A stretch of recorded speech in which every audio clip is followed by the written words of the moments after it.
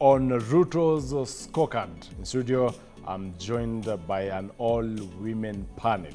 Seated on my immediate right is Ruth Kinyanjui. She is a political, governance, and economic analyst. Seated right in the middle is Honorable Beatrice Elachi, Member of Parliament, Dagoretti North constituency, that is Nairobi County, the only woman MP in the capital city.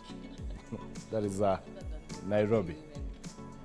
Vivian Tar, on the far end, is a communications and governance affairs expert, and as well, Sheila Olang joining us virtually all the way from Kisumu County. She is an economist and as well a political analyst. And we begin with the latest heartbreaking story where 97 femicide cases have been reported within 3 months. Just to begin with you, Ruth.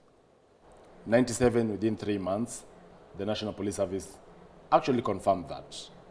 The DCI, however, they contradict with what the National Police Service is saying, that some of these cases are not really femicide.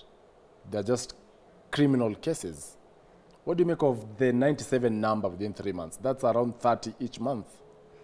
Thank you so much, Chacha. And President Ruto, I believe, promised to safeguard the interests of women and their safety. I'll take you back to the Kenya Kwanza Manifesto, promises to women, and the 7 bullet points that President Ruto and his government promises. First, beside all things, that they are going to provide a desk in the police stations and in communal areas to ensure that social cases that are affecting women can be registered, and that was including other issues like FGM and other issues that were affecting women.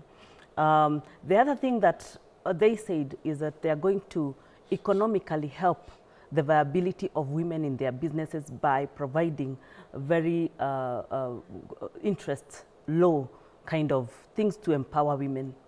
The other thing that they said is that they are going to help women be able to achieve their mandate in this country by appointive and elective position, which we have seen that elective, I know our Mhesh is here, and she's done well. You said she's done well in the city. Elective can be one tough thing or tough job, but have we seen that when it comes to appointment? And we'll go back to that. Coming back to the femicide cases, we can see, or the demonstration of that, or whatever is happening on the ground is saying that women are still oppressed. They still don't have a voice. They are still suffering. If people can be able to kill women right, center, and everywhere. I'll take you back to a horrific case that happened early this year of the university lady called, was it in an Airbnb? Airbnb. Yeah. That case has never been resolved. We have never heard of the killers, of what transpired. That is despite having many or having our, we are normally told, we do not know, maybe there could be a problem, that our DCI and our investigation people can be able to do a very thorough job. But such a horrific case that was so bad has never been resolved against women, where a woman was cut into pieces. What is happening? What were the issues? What is happening? What has women done to this society? Yet they are the people who are the background of societal issues. And what I can tell you, Chacha, before you move forward, women are the backbone of societal. And societal in this context, I'm saying it holds 90% of the issues that affect us as a people. If women are not going to be supported, if the manifesto that were put in place to affect or to help women are not being implemented, then, and as the highest voters in this country, women, we can say that we were lied to. So I think we need to see women being protected and promises made to us also being done by the fact that women are qualified in this country, women can do their things. There is a lot of qualified and very expert women that can be able to bring social issues into the table of decision making for this country. Well, Honorable Elachi, 97 in 3 months. is the number of femicide cases that have been reported. And at some point, considering you are the Member of Parliament at Great North, you raised issues with Kilimani Airbnbs and the likes. Has the government really reined in on curbing these numbers from rising each day? First, my condolences to Vivian Kajaya. This is a girl from Kawangware, an MKU student who was killed in Nakuru. And today we are going for her service so that the mother can pick the body in Nakuru and be able to go and bury. The biggest challenge, and when I saw yesterday the police also talking about it, I was a bit worried because it's like they've lumped every woman to be in crime.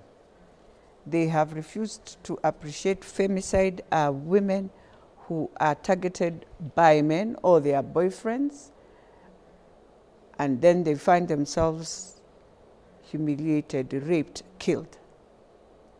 And so that is one thing I will plead with the police to really look at, that when you are saying 97, how many of them have gone through the brutal hands of rape, of being maligned, and completely maybe removal of even their organs and all that.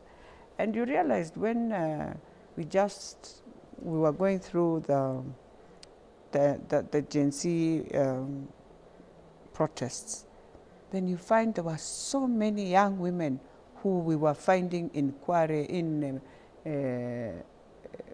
the Githurai, next to KU, you know. But do you know the way we just covered? And so you don't even know.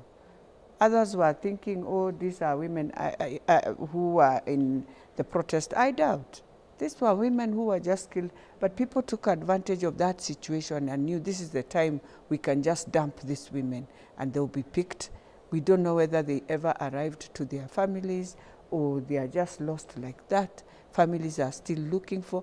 The other day, you know, I went to the morgue at City Mortuary, and we roamed with the body for like 3 hours, looking to where to put this body, because City Mortuary was full, complete. And I told myself, I think there's something, a big crisis, but we are not looking at it. I'm not saying it was full of women, but I'm just saying, even when it is full, you need to ask yourself, how are these young people? What is happening? For me, what was happening in Kilimani, which is still happening, and which I know, even if you tell who, and that's why I've always pleaded with the Interior Ministry and the rest, do not let any policeman to stay, especially in Kilimani, for more than 3 years. What happens in this? You become compromised. You understand the area so well, and so you will be part of the problem. Absolutely part of the problem. So even this femicide issue could be because police officers are not transferred? Well, I would say because they are not transferred. I am just saying you become comfortable with your zone. You know, right now I have a very good OCS of Mudangari, and Mudangari we've been very lucky. We always find good ones who come and really assist us. But Kilimani, you find even the DCI who was there is still there. You can stay even 10 years. You are wondering why. How, when others are being transferred, you are just there. Why? And now they have changed. And that is why we really need the county, the police, all of us, leaders, to sit down and just do a tour and see all these apartments, furnished apartments. All of them at the top, you have a club. All of them. And at that time when I was crying, it was a boda man who called me at night and told me, Mama Dago, you know our girls are coming from Kawangware, from Kibra. We have foreigners here who have taken these apartments. They will come, and I'm sorry to say on air, but it is a crisis. They will use cocaine, do everything they'll do.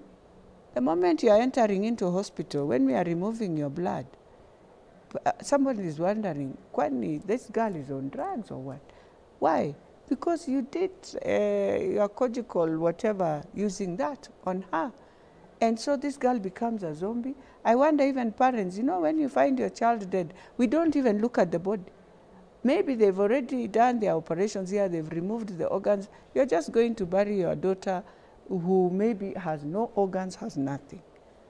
And I know when we say that, even readers will be wondering, yes, that's what happens. So it's possible it could be organ harvesting that yes, is happening in this yes, country. Yes, a very serious organ harvesting. And they take advantage because poverty is there. You'll find the girls at night on the street. You'll pick the girl. Whatever you do with the girl, even when she goes home, even if she'll leave that place. And it's a real webbed, because by the time they know that, they know even which hospital they can drop you, and they know which mortuary they will drop you, and the mortuary will pick you, because it's a web. It's not just something. Well, Vivian, accountability of these perpetrators still remain a challenge. These should be maybe one of the, the biggest concern of President Ruto. Do you feel he's doing enough in addressing this? Also, using his capacity to address, the issue of femicide. No, I feel he's politicking more than looking at real issues that affect not only women, but Kenyans in general. I know he appointed, okay, right now we don't have a substantive CS for gender, but we have a presidential advisor on gender and women's issues, who in my view, is not doing enough. I don't see enough visibility on the projects that they're working on. I don't see enough prioritization on gender issues. Even right now that there's femicide and all that, I still haven't seen any, public statement from the presidential advisor on gender issues, which is quite disappointing. So it's like that was just one of those positions that are given to tick a box. But I don't really, as a woman living in Kenya who's at risk right now, I don't feel that the government is doing enough to safeguard me, to safeguard my interests, because at any moment now, it could be me. It could be any other woman that you know. And it's not about like you being in the wrong place at the wrong time. It's like these are just targeted crimes, especially I see a lot of them based on media reports are, intimate partner violence. So I know we have legislation that safeguards women, but there seems to be a disconnect between the implementation and just the policy existing. But I think also just all officials, all state officials should probably be taken through short courses on just gender or something to sensitize them, especially officials in the judiciary, in law enforcement, police force, and anyone else who is in violence response, so that you know how to deal with these things. Otherwise, we will have cases of like the DCI boss, saying some of these are just criminal cases. You trivialize them and reduce them to just mere criminal cases when the numbers are so high. 97 in 3 months, I think that's the highest we've had in 10 years.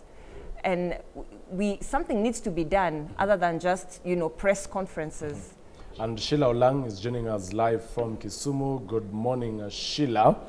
When there is a political problem, President Ruto has seemed to apply all the necessary measures to curb that problem, including while the Gen Zs were demonstrating, the military actually was deployed.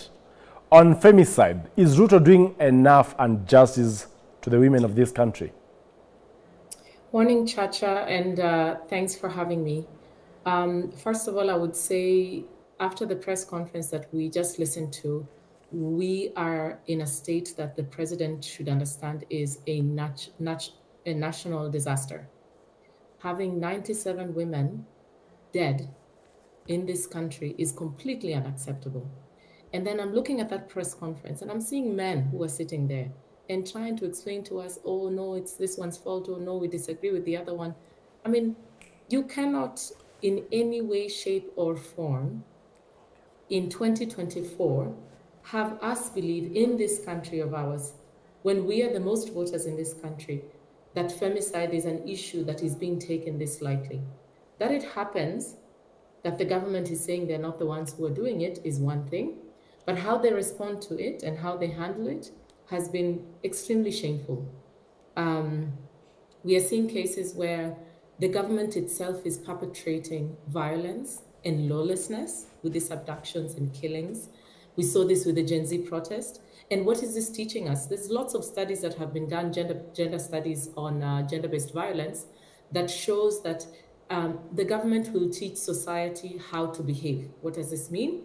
It means that if the government itself promotes lawlessness and promotes this idea of getting away with being able to kill in society with no accountability, when we go home as women, then we face the same challenges. People emulate this thing. So when you go home, you have a lot of intimate partner violence going on.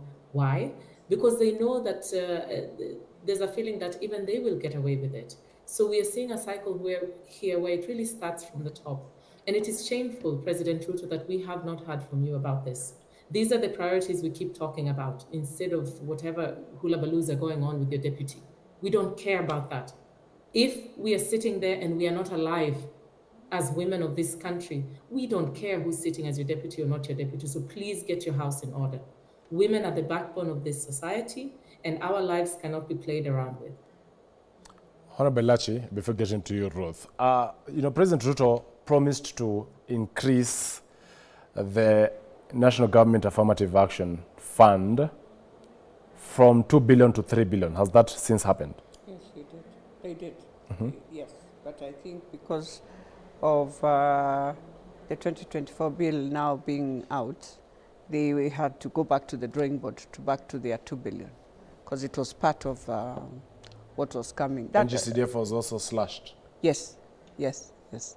NCGDF was slashed back to 179. Theirs was also slashed, 179 per constituencies with 55 wards. And then we also slashed the monies for diapers, pads and all that was also, plus diapers were Before there. getting to the issue of diapers, there was a promise to establish women's agency to deal with sexual harassment. Is that happening? You see, in Kenya, and especially, and I'm sorry to tell my president this, I don't understand all these authority agencies, I don't know what. You know, we have systems that are already there. If we can empower those systems to function first, even before you take me to an agency, because I'm wondering, so now I'm going to deal with the, in the old days, issues of domestic violence and everything, people even managed them in their neighborhood. We had neighbors where you could never beat your wife. They will come for you. But today, we have sort of just left it. Even when you are passing on the road, a woman is being torn her clothes, people will just walk and leave you the Muzungu way. And we must remember, we are not Muzungus. We must go back to really being strict, that you cannot just beat someone. We beat you, in fact, we take you to your grave. Yeah, so that we start learning these lessons. And I think those are the values where, even we are talking of gender desks, we are talking of safe house. I'll tell you, my leader, Esther Passaris, is doing a fantastic safe house in Runda. But ask yourself, after she has done all that, she will need to hand it over. It's her vision. Who is this who's going to carry this vision to ensure women can run there either at daytime or whatever? For me, we must go back to values. Let's agree. There's something we have lost where we have taken human to just be like an animal. We have completely come out not to appreciate humankind. Ruth, there is something Honorable Lachi has stated here, that while President Ruto promised to increase from 2 billion to 3 billion the National Government Affirmative Action Fund, when the Finance Bill of 2024 was withdrawn, they also slashed that budget. I mean, it's just 1 billion. No, we didn't slash. We have not even come back to reorganize. Because remember... There was already a supplementary budget. Yes, but it flopped when this other act also again flopped. We are coming back again to reorganize all the votes. So not that it's slashed through, no. So in the first budget, was it there? Was it at 3 yes, billion? Yes. After supplementary budget 1? It was there. So it's still at 3 billion? It's still at 3 billion. But you're looking at reversing it downwards. Now that the Supreme Court has brought back the finance bill, you have to sit down, and relook at all those votes. Ruth, is now 3 billion enough for GAF? Let that now be the other question, if at all you've reinstated it to, or you've actually increased it to 3 billion. Is 3 billion enough to address women issues, the affirmative action? I like the way Mahesh is saying that it is 3 billion. However, we have the finance bill 2024 challenges.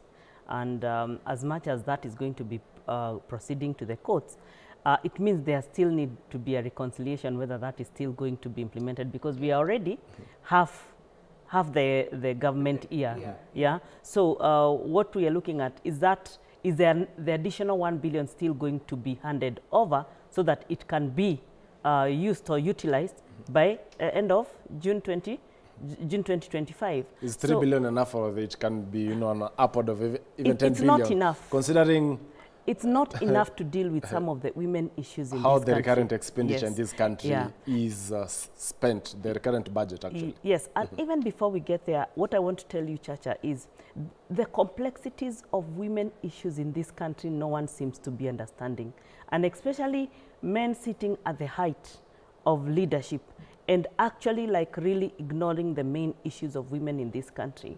I said earlier, women carry 90% of societal issues. And over and above that, Hesh has also mentioned the issue of pads and diapers, which taxes were also to be slashed so that we can see affordability. And actually, because the fact that it had been said that these products are going to be free and available to everyone throughout the country.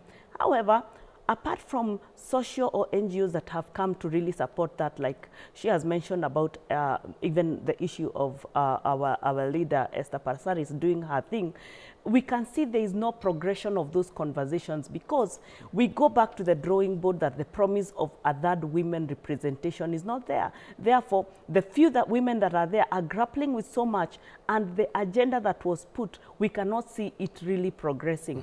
And I'll go back, for example, to the cabinet. And I know we have a cabinet secretary who is a woman, and we have a PS there who is a woman. But look at the quagmire they are in with SHA right now, and the issues that need to be done at SHA right now, because already technocrats have brought down this country to its knees. Whether intentional or unintentional, no one understands. And I'll take you back. Let's go back first to Treasury even before we go to SHA and other issues.